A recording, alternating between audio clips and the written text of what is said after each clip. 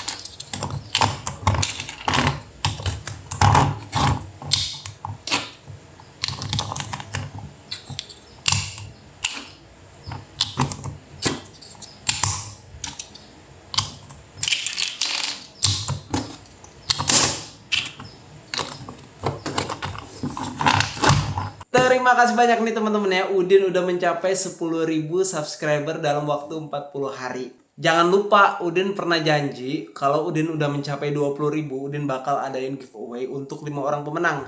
Dan pemenangnya bakal Udin kirimin ya balok susun yang isi 280. Jadi buat kalian yang mau ikutan juga, jangan lupa komen mau di video panjang Udin ya. Kalau kemarin syaratnya di satu video aja komen maunya. Kalau sekarang bebas ya, mau di video mana aja, yang penting di video panjang bukan di video pendek. Caranya tinggal komen mau, habis itu screenshot bukti kalian kalau udah nonton sampai habis ya. Biasanya di situ ada tanda merahnya. Yuk bantu Udin menuju 20.000 subscriber ya. Kalian yang udah punya ataupun belum punya boleh ikutan ya. Yang penting subscribe channel Udin ya. Siapa tahu kalian beruntung. Ai.